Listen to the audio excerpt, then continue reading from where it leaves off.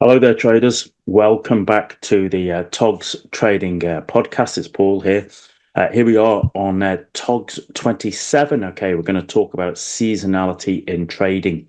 Does it actually mean anything? So there'll be plenty for us to talk about. There. As always, if you're joining us for the first time, TOGS Trading Podcast is really just about the transferring the tales of two old grizzly traders, okay, normally spent sharing war stories over a pint in Kyo's pub in Dublin, and it's actually turned into a podcast to basically share the good, the bad, and the ugly of what life is really like as a trader. As always, I'm joined by my good friend Ian in Dublin, looking good. Billy Ray, how are you doing? Thank you very much. How's life been treating you? It's all right. I'm getting ready. I have guests coming. I have a house load of people coming for the weekend. And so I was just out this morning trying to get ready for that. And I have to make a pot of soup after this, which is the excitement of my life. There you go. Well, you always tell me you're a great cook, but I've never got to experience it yet and stuff. I normally never make it past the pub. No, that's very true. That's very true. Only culinary delight is Ishmael's kebab. I think opposite it's an old thing. When I was growing up, I used to do quite a lot of the cooking in our house, and then I used to get it was a thing where you can really see what your own subconscious. Because when I used to be out with my father doing DIY, he'd be you just hold the flash lamp right. Where when I was in cooking, the women of the family were all going, "Oh, he's brilliant," and so consequently, I grew up with a love for cooking and a hate for DIY. Yeah. There's your drivers. All right, interesting that, isn't it? Interesting that. So, all right. Well, for those of you who are regular followers of us, you might have realised that last week we missed a week, okay, and it wasn't planned. We're going to cover the same topic today, but we weren't here last week. But it gives me an opportunity to say the reason we followed it is because unfortunately my father got admitted to hospital a week last Saturday on my birthday. It's a great way to spend your birthday, watching your dad getting hauled away in the ambulance. But anyway, that's a different story for a different day. But the impact that has upon it is that two things. One, the trading podcast was has to be delayed by a week, but also two, and it is a topic we're going to talk about in a few weeks anyway, is that I am now under a psychological stop loss. All right. For those of you who know me, those of you who've been on the VTP, those of you who've heard me talk about, I am walking my talk, and there are times and places in your lives that you should have a psychological stop loss, namely that you should just basically go flat and stop. And, when there's major life events like your parents or someone, a dear loved one is in hospital, that is not a time to try and be distracting yourself with trading. So I've done my little bit of my weekly analysis. I've done my little bit day, like 10, 20 minutes, etc., just to keep myself on top of my numbers, top of my data. But I'm not trading. I'm not trading at all, and it's and it is a message that I fully endorse and commend to those of you, okay, who you're going to go through life, right? There will be life experiences, various ones, okay, and my advice to you is please don't try and use trading as a way and a means to distract yourself from dealing with what might be, painful, uncomfortable, exhausting experiences going on in your life at that moment. It never works. And I might have even shared it in one or two of the previous podcasts. I've seen real examples of people trying to use trading as a way to distract themselves from dealing with their emotional pain, and invariably all that happens is that that emotional pain increases because your trading goes terribly as well. So yeah, I thought I'd share that just so you know why this podcast is delayed by a week, and also, as I said, we're going to cover it in detail in a couple of sessions' time. All right, it was already on the schedule, but this is an opportunity for me to talk about it whilst I'm undergoing it and stuff. So, what do you make of that, Ian? What would your thoughts be on psychological stop losses there, just briefly? No, absolutely. I think up to a certain point of disorder in your life, I think, like, sometimes I like to go and trade because it's my time during the day. It's the only time during the day that I can sort of close the door and be relatively unharassed by people. Up to a point that works. Once you tip over into how traumatic, it's the wrong word really, but it's kind of the right word too, how traumatic the event was, then you can't concentrate. And I think the biggest problem that you can end up doing with that is, one is you can spiral, and spiraling is you just go bananas and you spiral. And then the second one is that you use it as a form of punishment.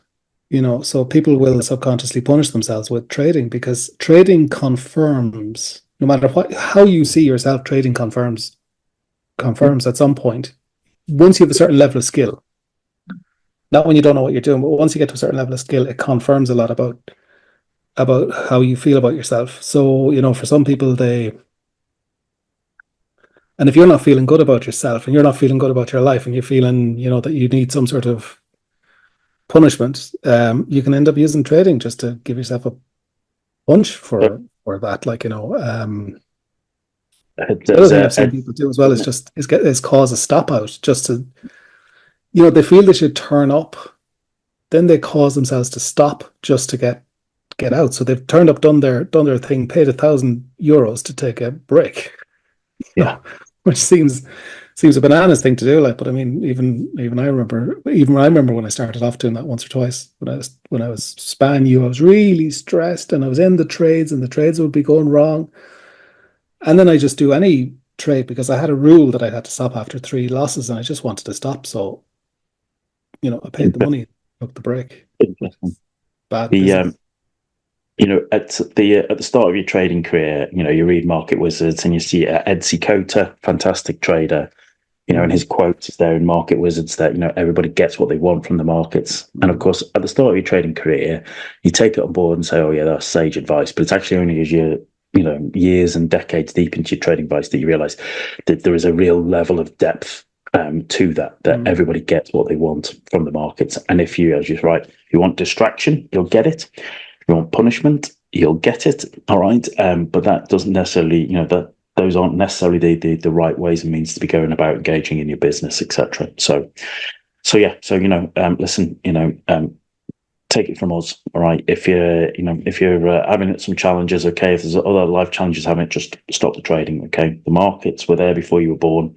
They'll still be here after you're gone. All right. So if you have to take days, weeks, months, maybe even a year out because of other major events going on, then do it, right? Because it's the smart way to operate to run your business. But as I said, we're going to talk about that in more depth in a few weeks' time.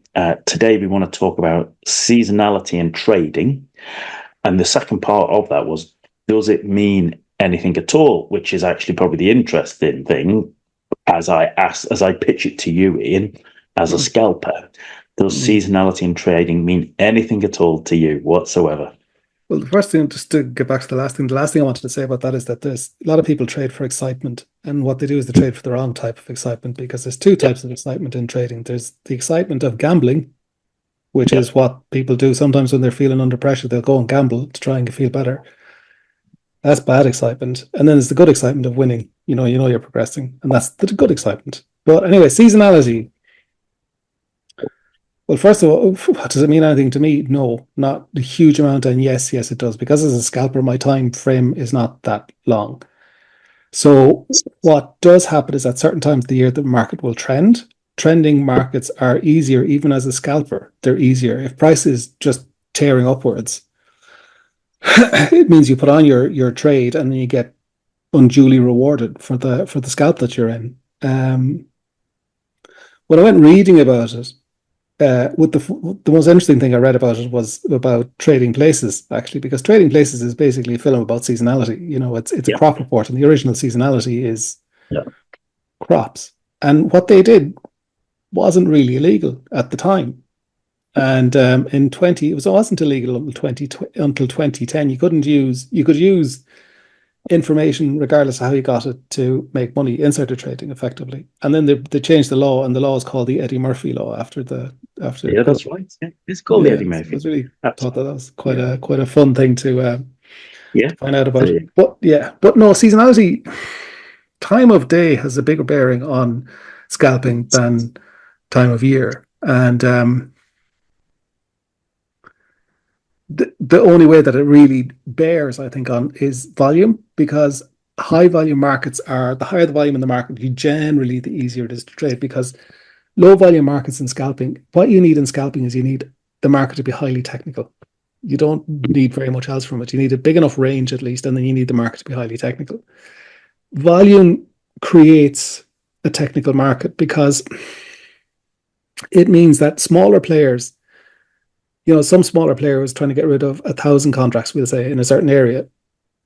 In some markets, if it's in oil, for instance, and he wants to get rid of 1,000 contracts, there isn't the volume at every price to get rid of those contracts. So basically, it causes wicks. It can create breaks of support that were unintentional, and therefore that causes an issue with scalping. It means that you're in a non-technical, you have a problem basically because your margins aren't that big, and you could end up getting stopped for no good reason, and then just to go to see the trade move on. So I think that that's where seasonality really affects my business, which is in time of year, volume, trend, that kind of thing, rather than anything else. And then I suppose if you are a scalper in some oils, in crops, in something that is affected by time of year, affected by something like that, or even by weather in some cases, then it would affect you. But not my particular way of trading, it wouldn't really affect it. There are other guys I think that do, that trade news and stuff like that, and they could be more effective because it's certain times of the year, certain parts of news, earnings season. I used to trade earnings at one stage. Yep. Yeah, that kind of stuff, basically. Yeah. No. In terms of equity and seasons, in terms of the kind of earnings season, you're definitely involved in that. And I suppose, but you could say that actually that should be the first question, namely, what do you define by seasonality in trading? Because it would mean different things to different people. It would mean different to you and different to me. I personally would see it as kind of like two paths. Seasonality in markets themselves, all right, which we'll talk about, but then also seasonality in your own trading, how you actually trade, and that maybe we'll come back to that a little bit later. Because I definitely have seasons in my own trading. I know that, but in terms of seasonality in trading via markets, you're right. I think as a scalper, it doesn't really have a huge impact on it. But if you're like a swing trader, position trader, and especially if you're doing something like, say, commodities, that it can really have an impact. My view would be that if I'm looking at seasonality trading as a swing and position trader, and let's say just in FX markets, let's not diverge too much into commodities in this moment. I'd be looking at, we are in high season. Okay, so pretty much between September to April, I would say high season. So high season means that, a bit like what you said, there is increased engagement, there is increased volatility, and with those two things, that means we get momentum, and that means we get trends that last longer.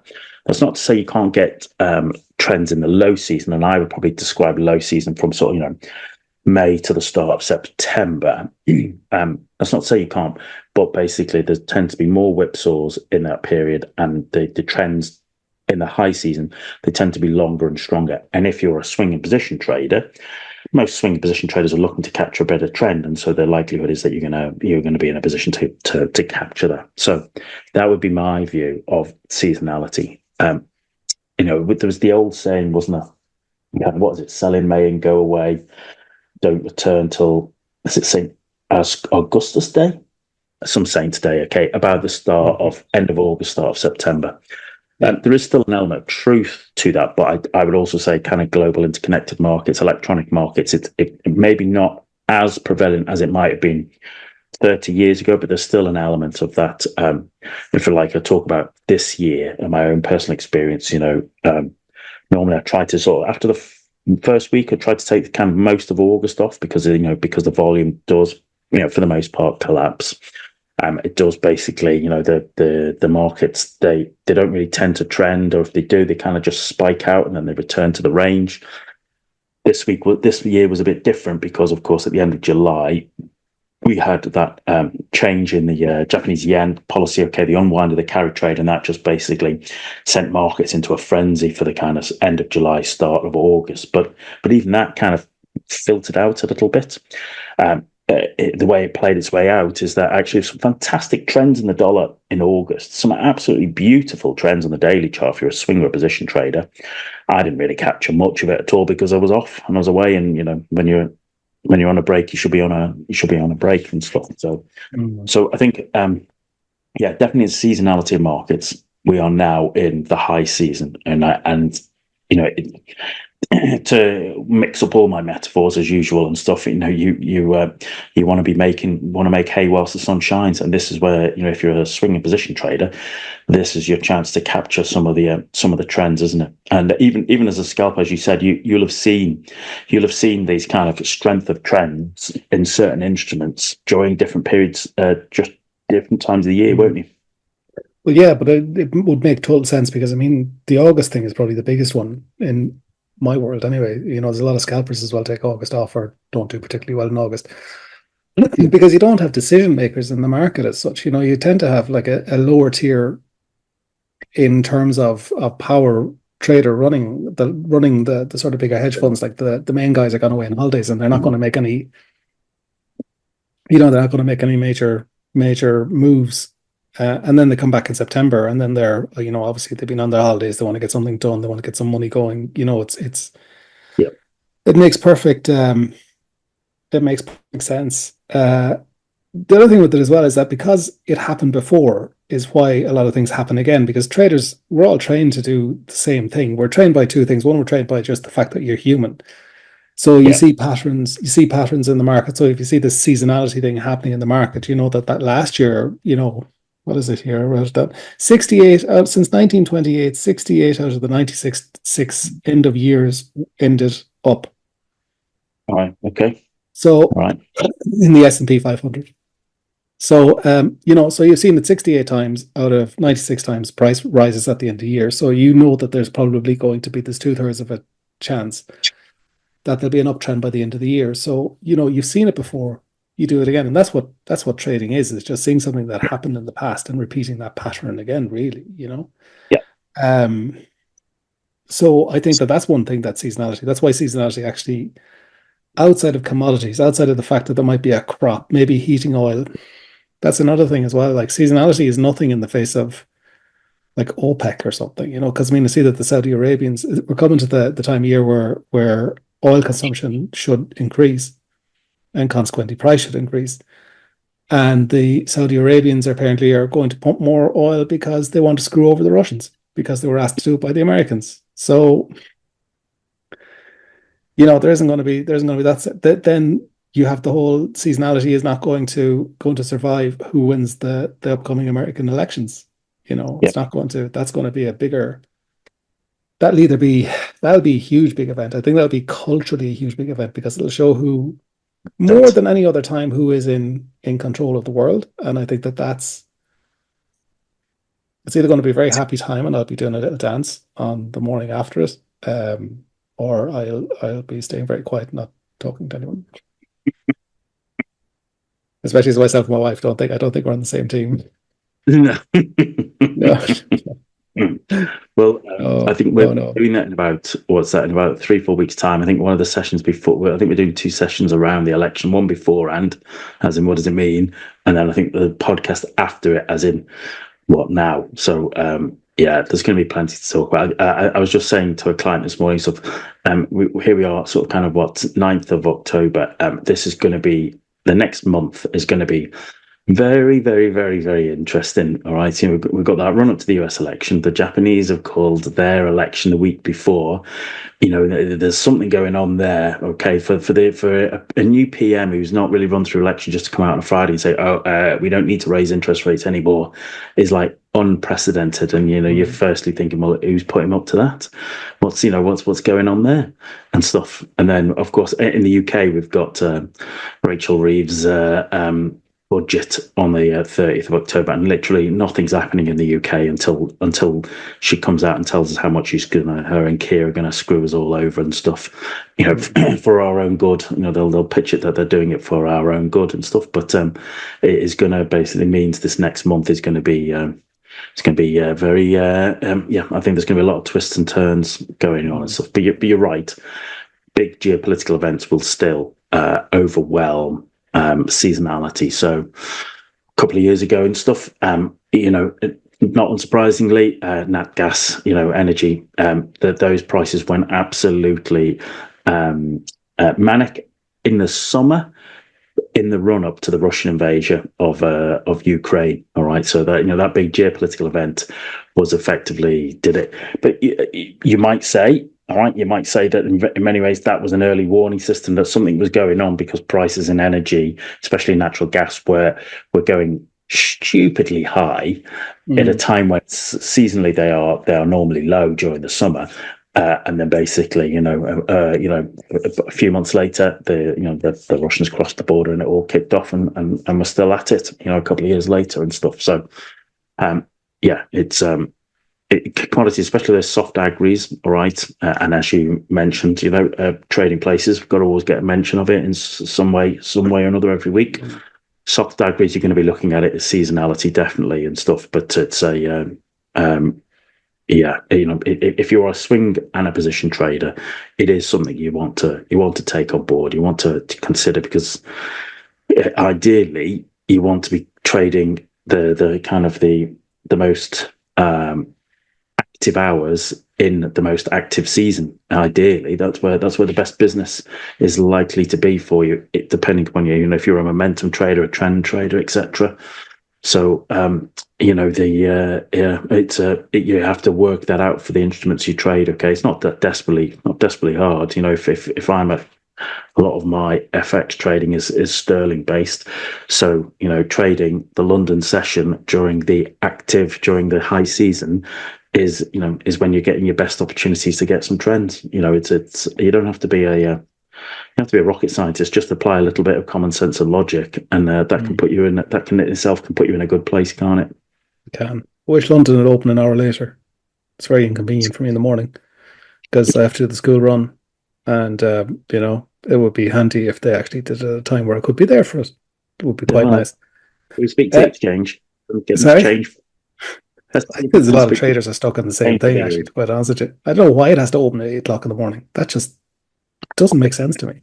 But I suppose, I don't know, because it is quite a good time, because that's one of the big things. Because that's in scalping, time of day is a much bigger thing than anything else. And that around that 8 o'clock in the morning, you tend to get a nice, easy move. That's all done by 10. There's nothing going to happen at between 10 and generally 1:30, because that's sometimes when news comes out. 1:30, there tends to be nothing. It's just well, you can have little ranges that can be okay, but there tends to be not a huge amount of stuff going on.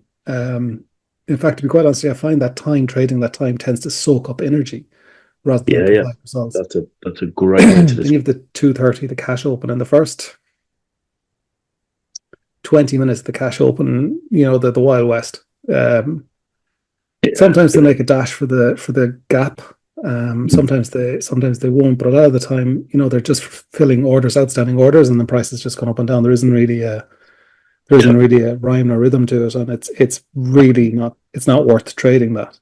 So around 3 o'clock, you really get your first at that trade, and then 7 o'clock in the evening, and that is pretty constant.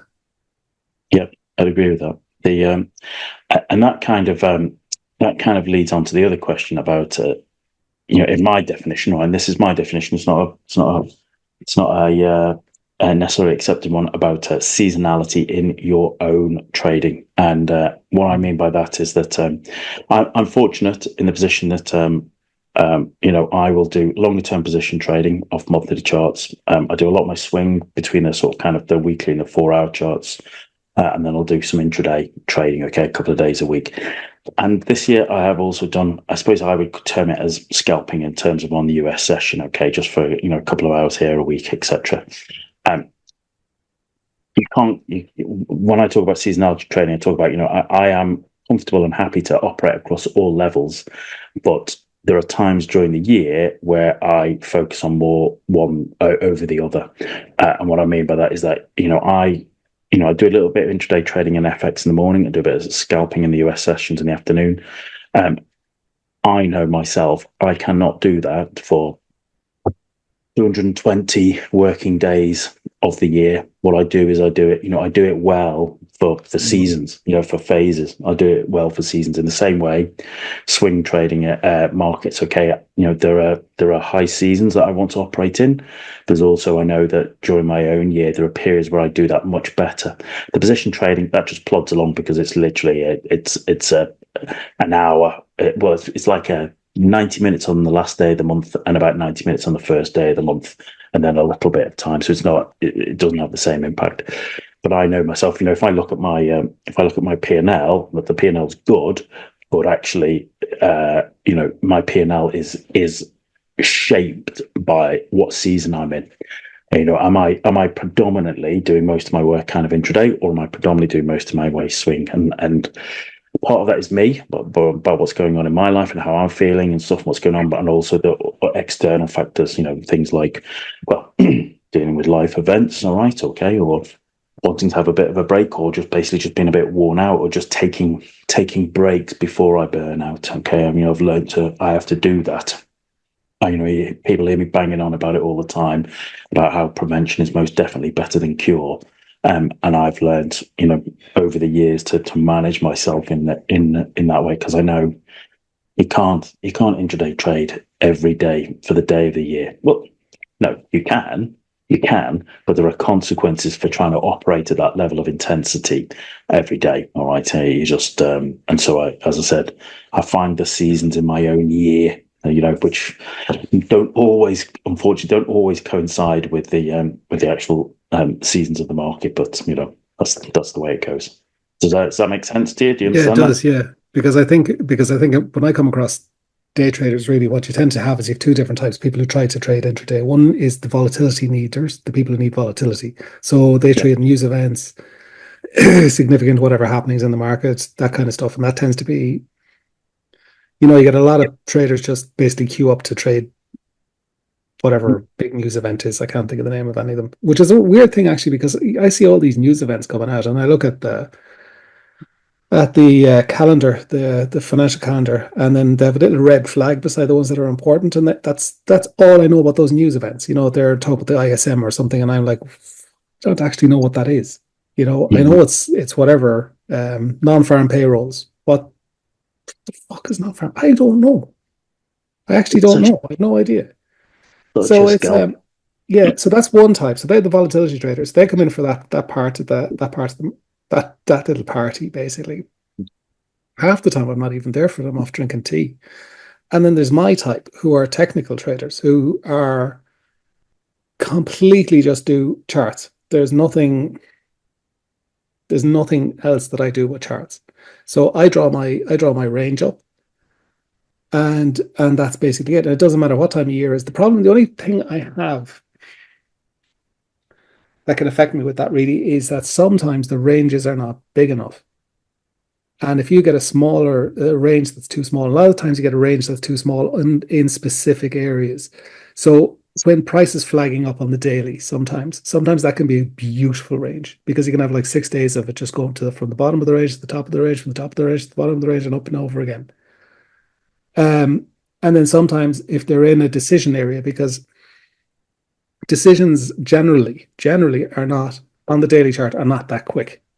Not on like things like the S&P 500. They can be on stock charts because first of all, they're lower volume. Even Apple is lower volume. It's only a part of the S&P, and it can be and because of news, if Novo Nordisk, whatever you call them, the crowd that make Ozempic, and it comes out and gives everybody cancer, that price is going to change on a dime. In a heartbeat. Yeah. So there's lots of little things that are like that. So sometimes the ranges, and sometimes the time of year, the ranges can get a little bit too small. But that's what I am in comparison to most other day traders.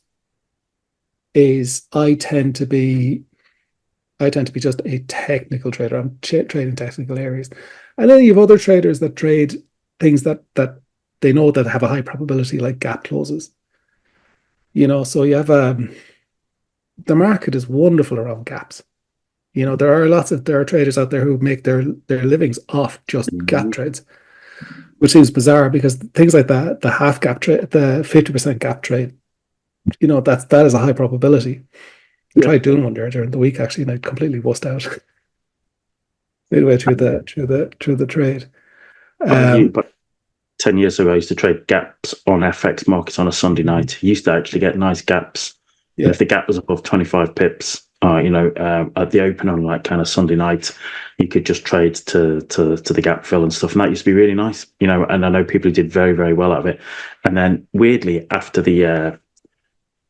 it was the Japanese tsunami, not the kind of Asian one, but the one that hit Japan, and they hit it really bad. Fukushima was at the nuclear reactor and stuff where they thought it was going to go up. And then they had to have I think they had like an emergency G7 meeting and allowed the Japanese to repatriate yen to rebuild. And weirdly, pretty much at the same time, all of those Sunday gaps they just disappeared. They just went. It was strangest thing. And now you get the odd one. But it's not worth it for you to be sat there. I used to be literally sat there every Sunday night from like 9 o'clock till midnight, basically just, trading those gaps and stuff. And everybody just kind of just disappeared. They just went, markets change, markets move on. Yeah, doesn't surprise me in the slightest, because a lot of those setups decay, they're really well known. Like, I mean, even when I started off, I knew that there was this thing called the Sunday night gap and that people would do it. I think a lot of those types of setups, like I used to do an earnings setup that's gone. I had a fib setup for earnings, and it was reliable and it was lovely, and frankly the setup worked better than I did, and then it just disappeared. It was, and I think the reason behind it was too bloody simple. Because a setup can only last for a certain amount of time depending on how difficult it is for the trader to actually trade. So if it's an easy enough one, if there's a high probability that you're going to get a lot of people going into that thing, it can't exist for very long. Just can't do it. There's no money to be made because you need somebody else on the other side to soak up your whatever it is. And then in the ES gaps, most people aren't even aware that there's a gap in the ES because it doesn't show it on the ordinary ES chart. So your average amateur trader doesn't even know that there's an ES gap, that there's this other thing called es.d, which shows you the gaps. So they're not even aware it's there. So there's not a lot of traders that tend to, enter into that trade. I suppose that kind of plays into the fact, the conversation about seasonality isn't that, that is another definition, that basically trading setups have their seasons.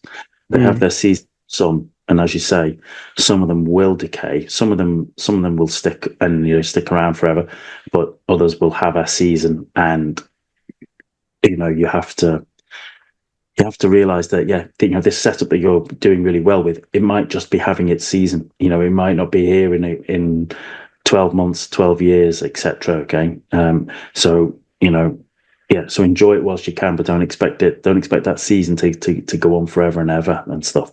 Because I've met lots of traders, lots of former institutional traders who did really, really well using one particular setup at one particular time. And when the market changed, either the trader could not change, or they refused to change and actually either left trading or moved into a different role in the funds or institution. And I always found that fascinating. I always found that absolutely fascinating, that they might have done well for a couple of years, and then because the market changed and they weren't prepared to, that basically they just left trading. Whereas I've always tried to get the message across to traders at the start of their trading career that ideally you want to be a versatile trader, and I would define a versatile trader as someone who can trade any instrument in any direction on any time frame. That's the skill base you should have. Now, you might find yourself specializing in particular times, instruments, etc. But if you have that skill base, it means that you have a trading career rather than a trading season, in your trading chapter in your life. But I always found that fascinating how, quite a lot of institutional guys and girls I've met, they just did it for a couple of years. They had one setup, worked well. When the market changed, either they refused to change or they couldn't change, and that was their trading season, and it was done, and they were on to the next thing, which I always found fascinating. Sometimes I have found institutional traders kind of like really basic traders in a lot of ways, because for some, I remember talking to a guy that you introduced me to or something one stage, and he was explaining that in bank trading that they didn't actually have to make money. They just traded basically so that they would have something to talk about to clients. So that's a Yeah. and I haven't, from a lot of the institutional traders that I've met, a lot of them they went in and they were shown how to do something. They were shown how to do a job, and they didn't, because a lot of the times when institutional traders don't develop their own systems, as far as I understand, they're given a system, so they learn to do a job, and then they come out of the institution. Maybe they want to be, a trader at home or something like that, and then it's impossible for them. Or again, then because they haven't, because to develop a system, you have to have a huge amount of information to develop a real proper trading system. And then you end up doing, the psychology is different because you're trading your own money, and then you're trading for an income. You're not trading for a bonus, So there's a lot of things I think go into it. The trading setups, my experience of intraday trading setups is that those, to give an example, the Halsey fib system was golden in ES. It's not ES, in CL in crude oil for years. Like, it just went on and on and on in CL for years. And now it tends to get front run, it tends to get broken. They know where it is, so they can screw with it. And they know that there's a lot of people doing it, so they can screw with them. But those things recover when they need you. When they need to get people into, it's going to be technical, it's going to be quick. They want as many people in that trade as possible, because what they want, they're not trying to steal your money. What they want is, they want people to get into the trade, because if you bought Apple computers in the morning, the next thing you want to do is for other people to buy Apple computers, and they're going to make the trade in a way that the most amount of people can get in and buy. That's when you see a lot of those trades, those very simple, well-known setups start to work. Like a daily H&S, for instance, which is crap. It's a 70% failure rate. If they want the price to go down, they will make sure that will work around those times.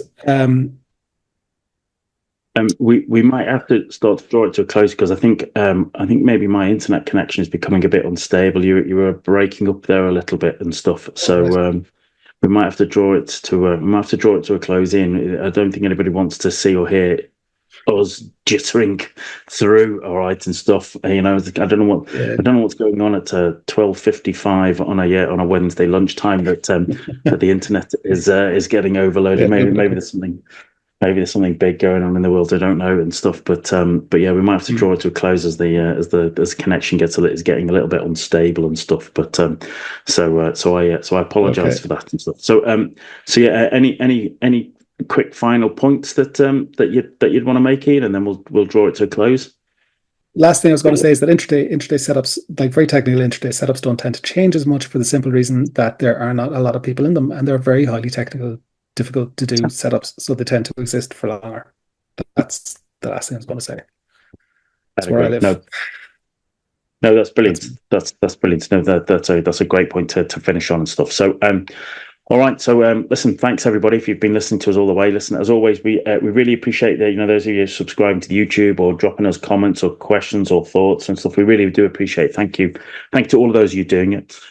Next week, will be TOGS 28, and we're going to talk about traders that are in the media, who is worth following. All right, this could be a rather interesting session for Ian and I and stuff. So if you have any thoughts or any comments, or any traders that you see, who are in the eye of the media, if you've got any questions or comments or thoughts about them, we'd love to hear that. Okay, you'll find probably either do it on the YouTube comments, or drop us an email or what have you, and we'll be glad to take that on board. So until such time, we hope you have a great trading week. Okay, hope you enjoy these rather eventful markets that we find ourselves. And thanks very much, Ian. All right, I hope I hope you get all your shopping done for your visitors for this weekend and stuff. I'm sure you'll feed them well. All right, and a big pot of tomato soup now. There you go. Good man. Wildly exciting stuff. Good man yourself. And Thanks. Thanks very much, everybody. All right. Thanks for joining us. Speak to you soon. Bye bye.